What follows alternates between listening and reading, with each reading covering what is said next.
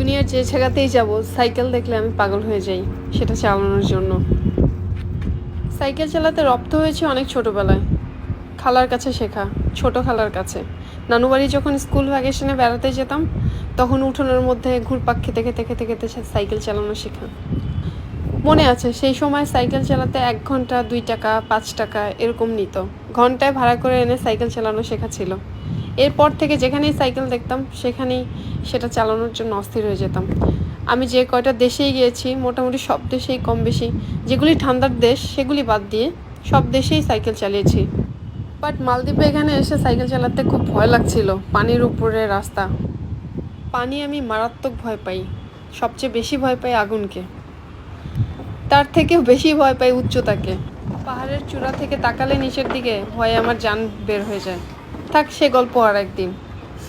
মালদ্বীপে প্রায় 1 সপ্তাহের মতো থাকা হয়েছিল। তার মধ্যে প্রথম 2 দিন শুধু সাইকেলই চালিয়েছি। সাইকেল দেখলেই ঘুরে ফিরে ছোটোবেলার সে এক্সাইটেড মোমেন্টসগুলির কথা মনে পড়ে। উঠোনের চারপাশে ঘুরপাক খেয়ে সাইকেল চালানো, কখন 1 ঘন্টা শেষ হয়ে যাবে তাড়াতাড়ি করে সেই 1 ঘন্টাকে কাজে লাগিয়ে শুধু সাইকেলই চালানো, অন্য কিছু করব না, শুধু সাইকেল চালাবো, কারণ 1 ঘন্টা পর সাইকেলটা জমা দিয়ে দিতে হবে। ভেসে বেড়ায় স্মৃতিগুলো।